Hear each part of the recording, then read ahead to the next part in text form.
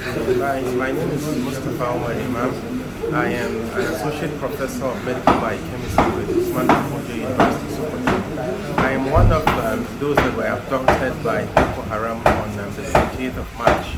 I'm on the train that left Abuja to Kaduna. Can you say about your experience? Please. Well, my experience is really terrible. I mean, you can see I just finished shedding tears of joy that I'm feeling. I mean, I have returned back home and I'm going to be reunited with my family very soon.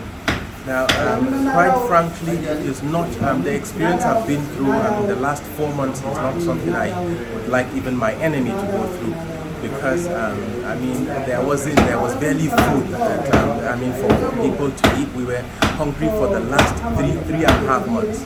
I mean, we were quite surprised in the last 2 weeks. They actually, they started bringing food stuff that we ate, and we were actually okay in the last 2 weeks. But then for the first 3.5 months, we were actually very, very hungry. And when I say very hungry, this is an understatement. I mean, there were days that we go, just eating once. We ate once on certain days.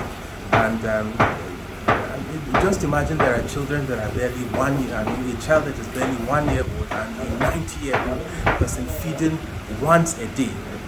Just do the math. I mean, when you talk about medication, I literally was the medical doctor on camp. I was treating the captives as well as the bandits, or I would say Boko Haram members. There wasn't medication. To be very frank with you, we heard on the radio somebody was claiming that they would bring medication whenever it was needed. There wasn't any medication on camp. I mean, we could go days. There was a day that a particular lady who had malaria. So malaria, you could treat malaria with 1,000 naira. But this lady literally was going into coma because there wasn't medication for her. I mean, there wasn't medication for her malaria. So the situation is really terrible. Any molestation, beating?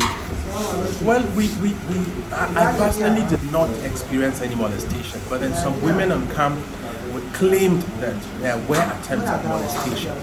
But I personally did not experience this, and this happened in the first 1 to 2 weeks after we were held captive. Your final advice to the federal government regarding the condition of the remaining captives?